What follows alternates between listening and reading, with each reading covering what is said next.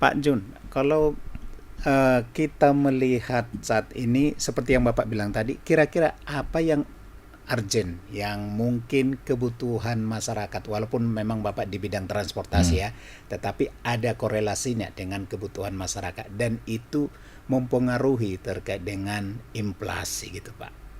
Kalau inflasi ya itu yang paling banyak disorot adalah cabai, Cabai. telur, dan sayur-sayuran. Telur itu sampai saat ini produsen yang terbesar itu dari Medan untuk Batam itu.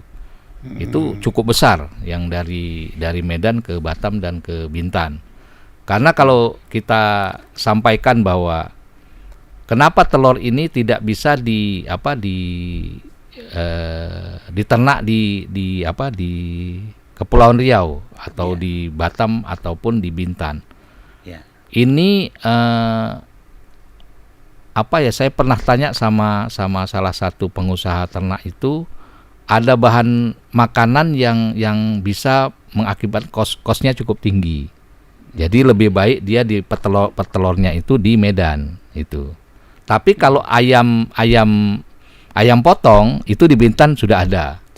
Sudah ada dari Japra dan yang lainnya, dan kemarin sudah diekspor ke Singapura itu sudah 3 kali Pak untuk ekspor ayam potong. Tapi kalau telur memang didatangkan dari Medan yang terbanyak. Walaupun di Galang Rempang itu ada peternak telur, tapi tidak sebanyak apa yang untuk kebutuhan di Batam ini.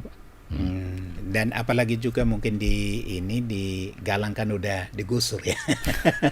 Jadi semakin membuat harga telur juga meningkat gitu ya. Ya, ini salah satu solusi. Ya. Jadi kita tidak melihat bahwa misalnya di Galang peternaknya selesai, ini solusi adalah transportasi ini menjadi